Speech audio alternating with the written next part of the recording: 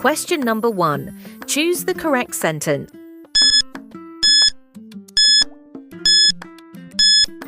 She doesn't like tea.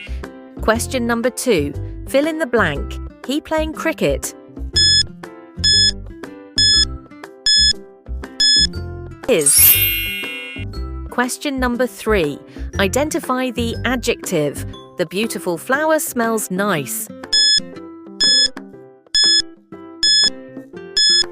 Beautiful. Question number 4. Choose the correct preposition. The cat is the table.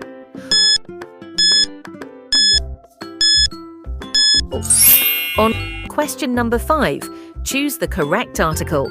He bought umbrella.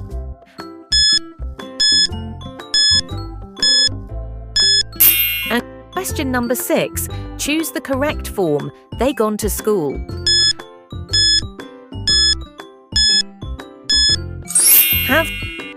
Question number 7, choose the correct tense. I my homework yesterday.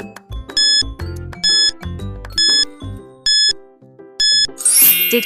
Question number 8. Identify the noun. Ali plays with a ball. Ali. Question number 9. Choose the correct pronoun. Is my best friend. He. Question number 10. Choose the correct verb. She every morning.